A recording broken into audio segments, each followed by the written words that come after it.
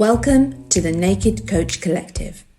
We're not just your average coaches, we're your powerhouse of inspiration and your no-nonsense guide to unlocking your hidden potential. We are an eclectic mix of four, each with a unique journey, but we share a passion for transformation through coaching. Tune in every week for topical discussions and witty banter on all things coaching.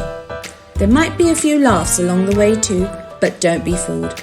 We're serious about helping you navigate life's twists and turns with clarity and confidence. Are you ready? Sit back, relax, and immerse yourself in the Naked Coach Collective podcast. Well, this will make you laugh, Dee. I'm going to be a coach in supporting people with IT. Look at the face. Look at the face. I know. It's any worse for me. It would drive you nuts, but you could do it. They haven't given me the lottery numbers yet, though. That's the trouble. Maybe soon. I'm in there with you, right? I just wanted to go and sit up in the mountains and play with dogs. Not that I'm going to Australia in a few hours or anything like that, but you know, hey ho. She's going to Australia in a few hours, everyone, and she's still managed to get up bright and early, pop some lippy on, and we're in. Hello, and welcome to this episode of the Naked Coach Collective.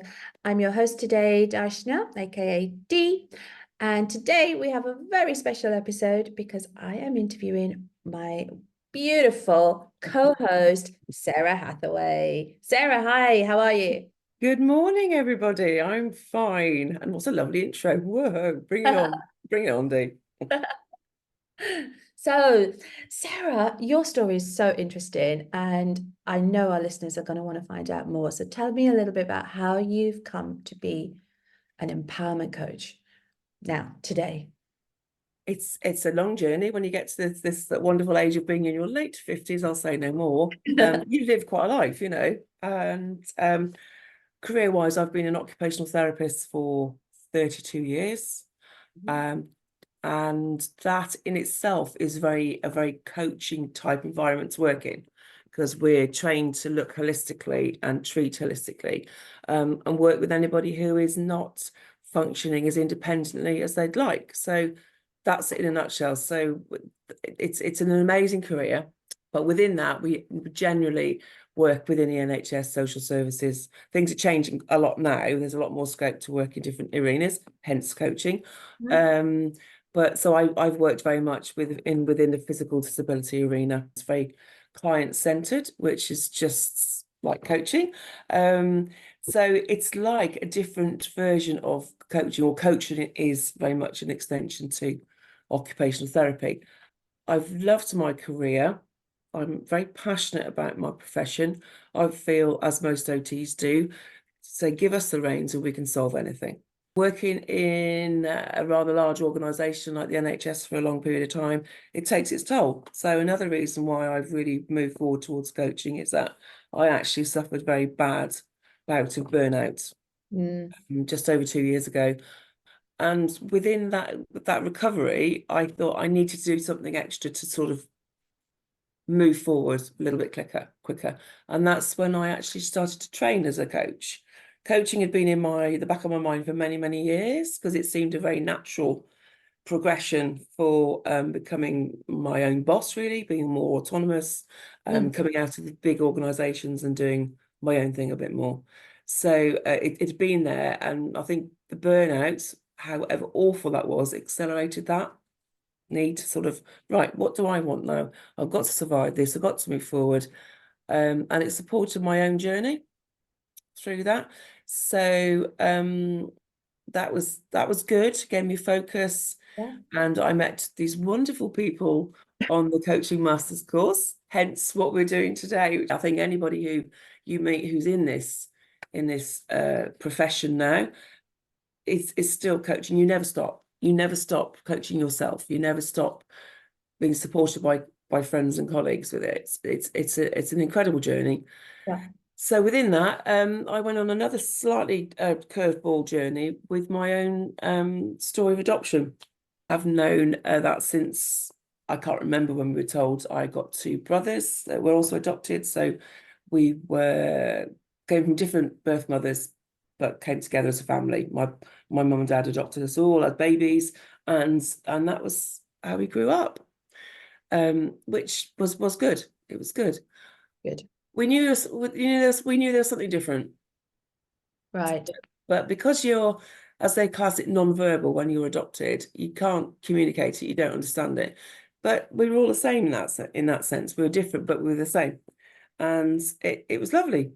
You know, they're my brothers, my mum and dad, and we grew up like that. And it was transparent. I think transparency is a big part of it for me in my own coaching career, is to be transparent. You say transparent, you were adopted at birth, and your brothers were adopted at birth.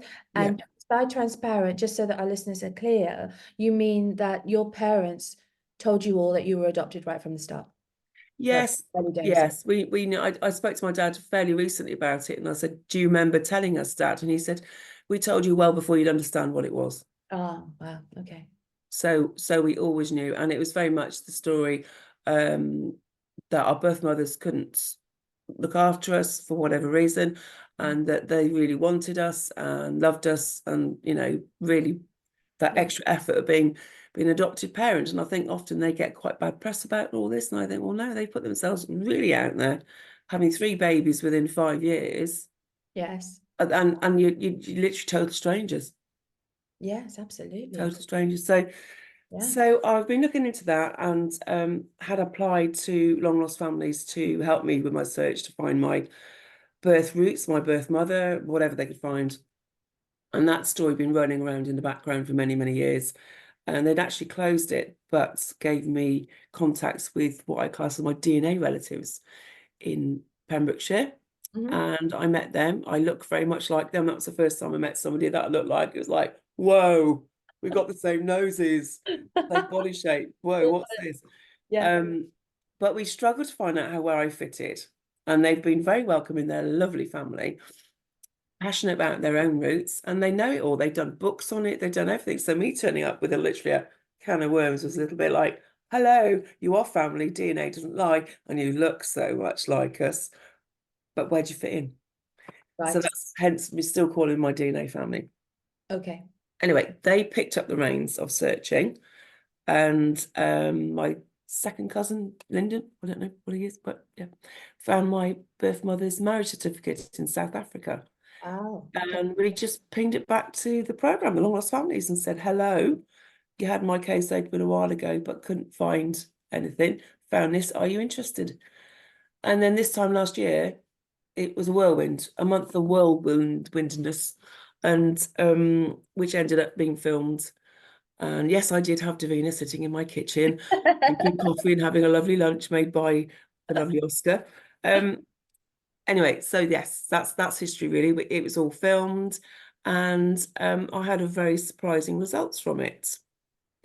My birth mother had passed away, so I wasn't going to get a chance to meet her, but it was a very complex story. They said it was the most complex story they'd ever had on the show, and it resulted in me having siblings that I did not know existed. I have 4 siblings. She had 5 of us, potentially nearly all by different fathers. We all have very, very different stories.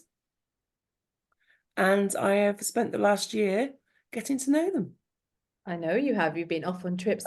Yes, so meeting people at the age of 58 or that you are genetically linked to is a completely new journey. Because obviously being adopted, I've never met anybody that I have that link. So if somebody listening now is thinking, oh my goodness, I wonder how that feels, because they might resonate with some or of the story, you know, could you sort of describe to them what it was like to feel that you had this family that you had no idea about at all? I mean, was there any one moment that you thought, oh my God, this is so real, it's almost surreal? I think surreal is the word. It's still surreal. I think during my life, when I've thought about being adopted, and I've just thought about birth mother, that's as far as it's got. Yeah. And when I was younger, all I wanted really was an A4 sheet with a photograph to give me information about her, and seeing whether I looked like her. And I think it was very much, it's an adoptee trait of not wanting to upset anybody. Right. Yeah, Yeah. it's very strong. I'm learning, with all the research I'm doing and the people I'm talking to, you can see we're people pleasers Right. for all sorts of reasons. So that's generally all I wanted. I didn't want anything else. I didn't want to upset anybody else, and I was quite happy. Thank you very much. I had the most fantastic adopted mum, who's my mum. End Yeah, of. of course. Beautiful woman. So it was very, very strange. When I was shown the photographs of my brother first on Long's Families, the jolt of something I got was like, whoa, well, what is this? Because I don't know what this is. And I still don't know what it is. You can't really describe it, but obviously it's this sort of, there is a connection there. And I think it's very difficult for people who aren't adopted to understand it, because you have a very different story to Absolutely. it's Yeah.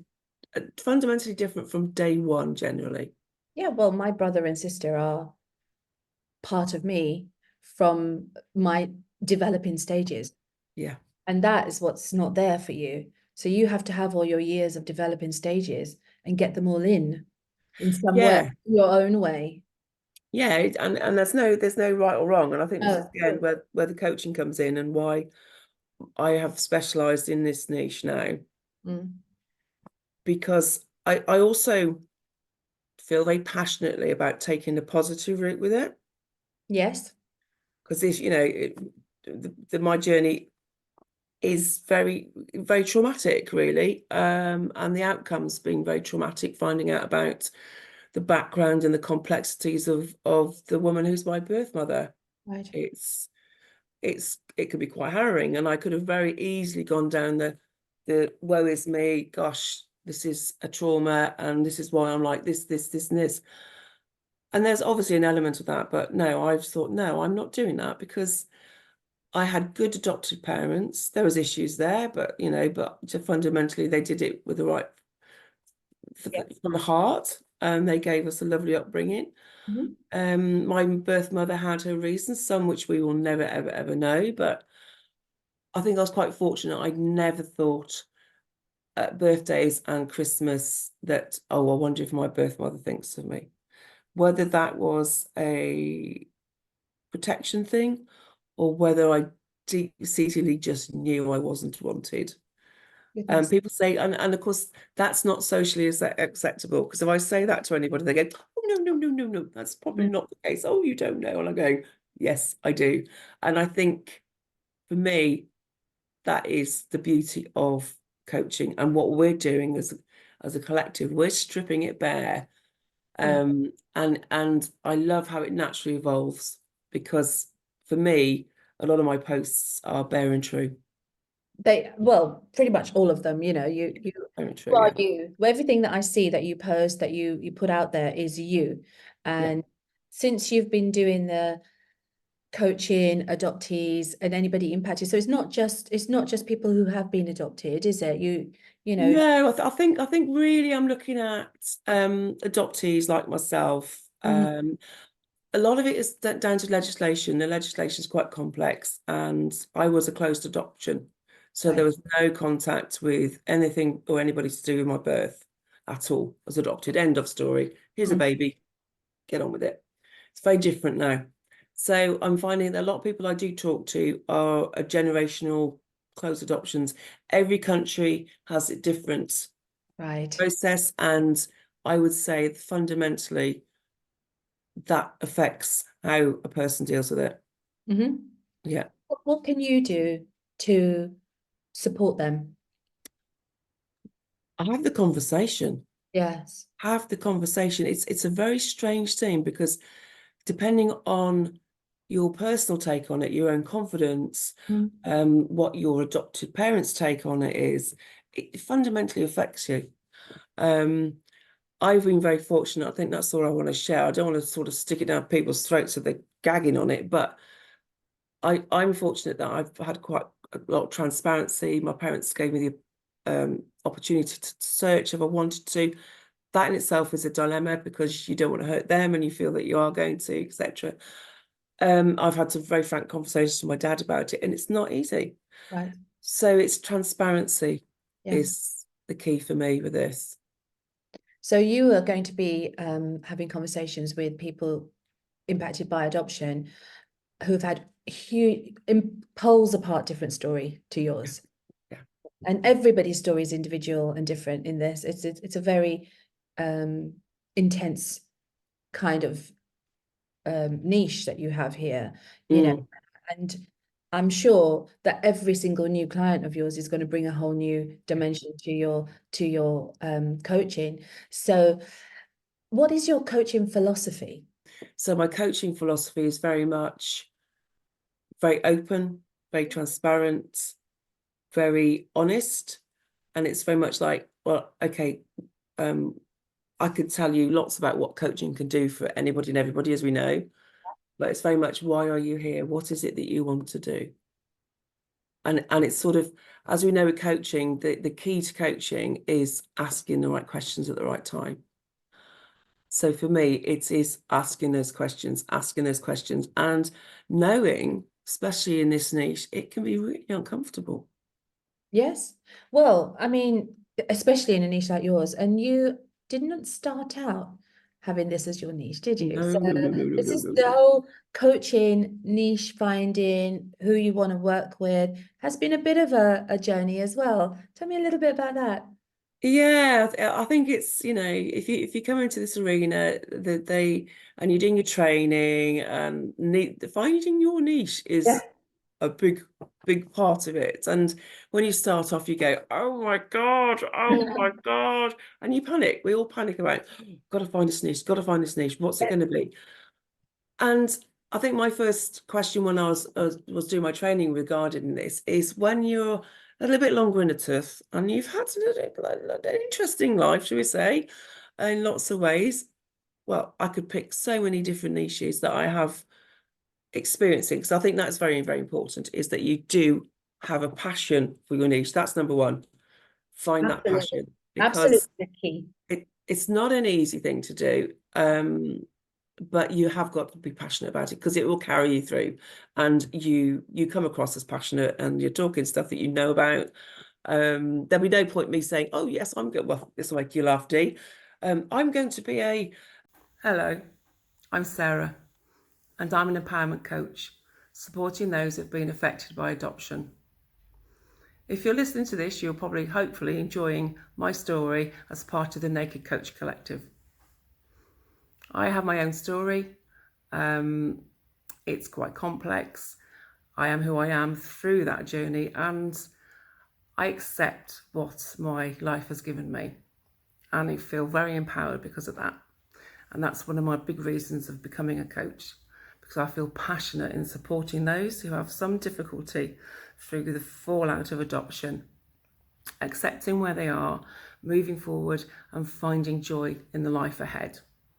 So if you feel that you're stuck, or you lack purpose, you lack confidence, you don't know where to go, you feel rootless, difficulty accepting things, struggling with relationships, all the sorts of things that come with that label, rightly or wrongly, and would like to look at that, find out where you are at the moment, really look at where you would like to go in the future, make some plans, I can help you do that.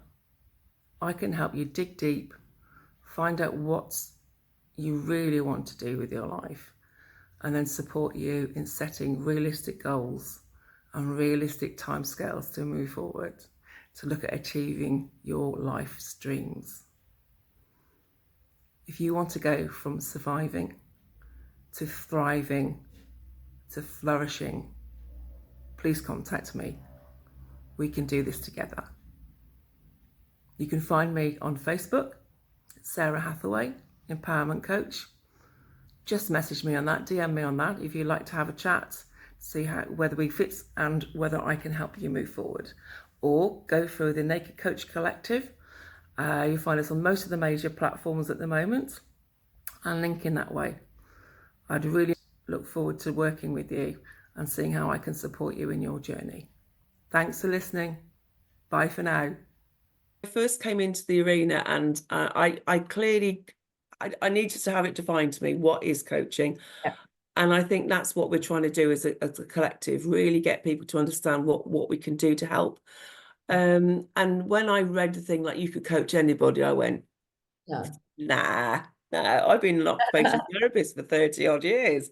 You can't just coach anybody. But with a definition of coaching, you truly, truly can. You have to be an expert in coaching, In coaching, but yeah. not in the subject. Not in the subject, yeah.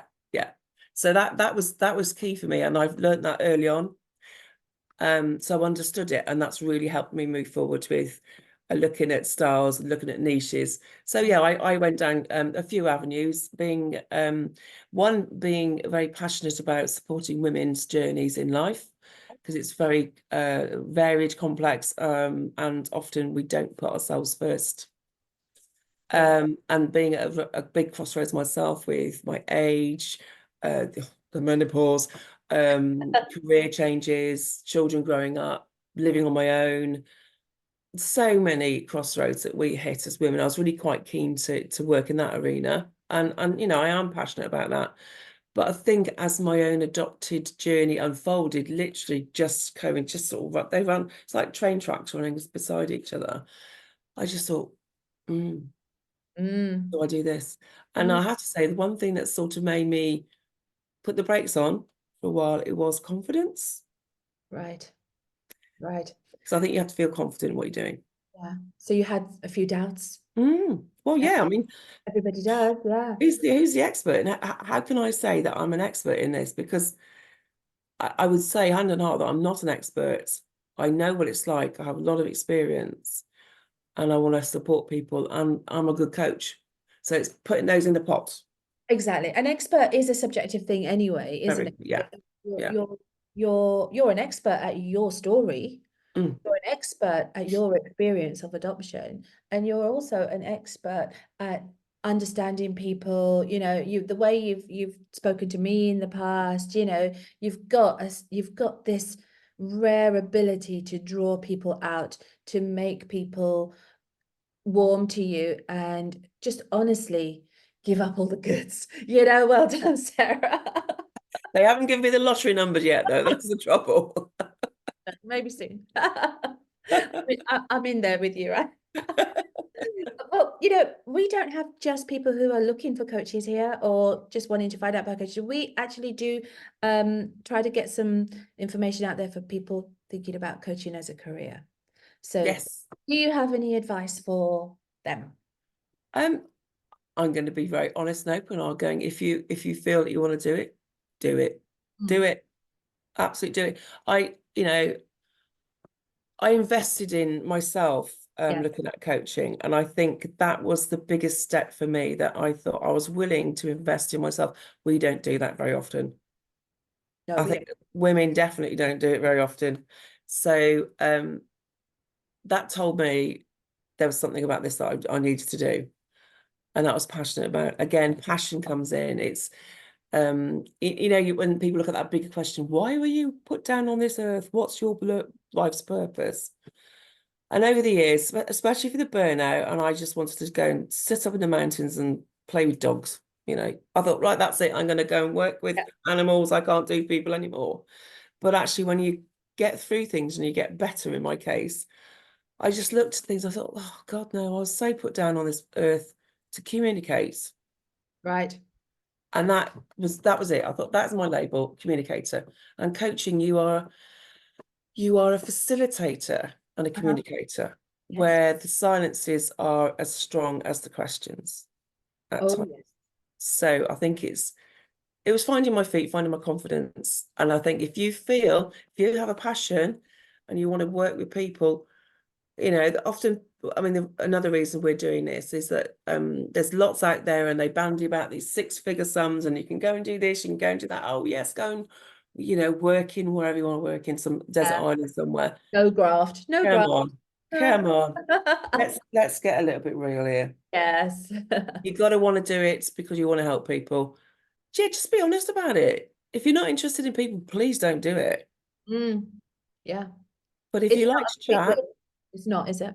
No, if you like to chat like this, and you're willing to put the effort in and find the tools that you need in your area of work, well, give it a go. So yeah, if you're interested in it, research it, find out more, but really test yourself and work out why you want to do it. So thank you very much for that insight. On that front, I just want you to have a little think, because I think you're amazing, obviously. And I'm going to put you on the spot just for a second. So, and this is something that as women as well, but people in general don't think about often. Sarah, what is your biggest talent? My biggest talent? Oh, do you know, you feel really good saying this, so everybody should do this. What's your biggest talent?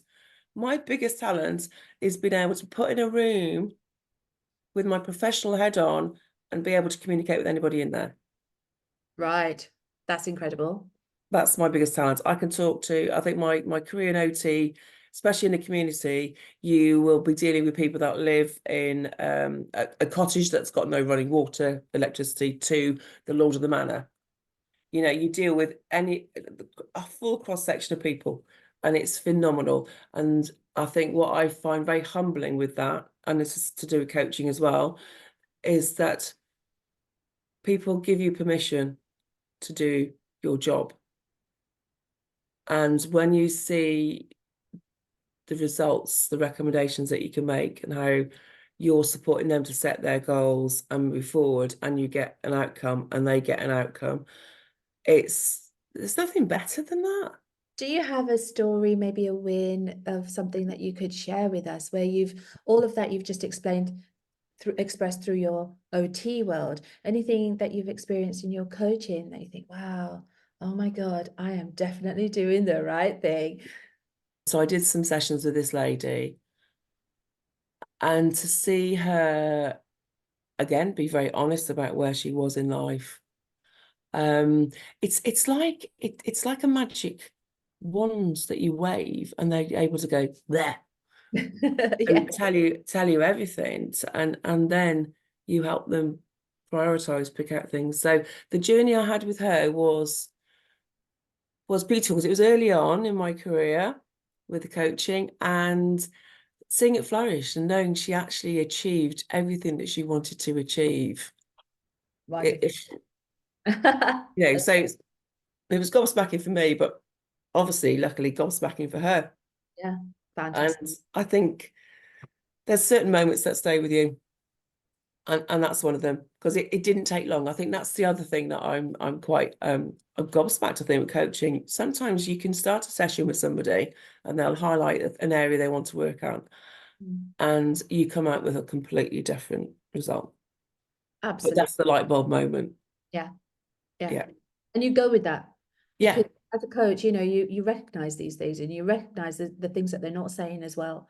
And you think, okay, well, do they really want to talk about that, or do they want to go this way? And you get that, don't you? Yeah. Brilliant. It's very powerful.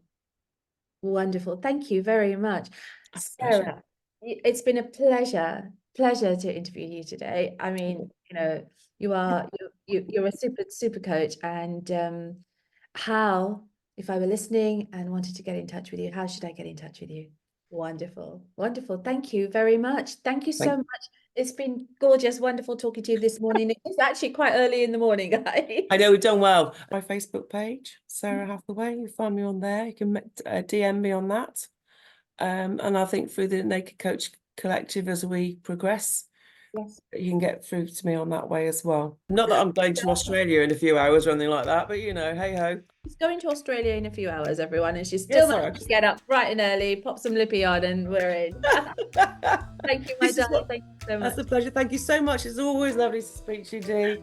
And you enjoy your trip. I'm going to miss you. Take care. Bye-bye.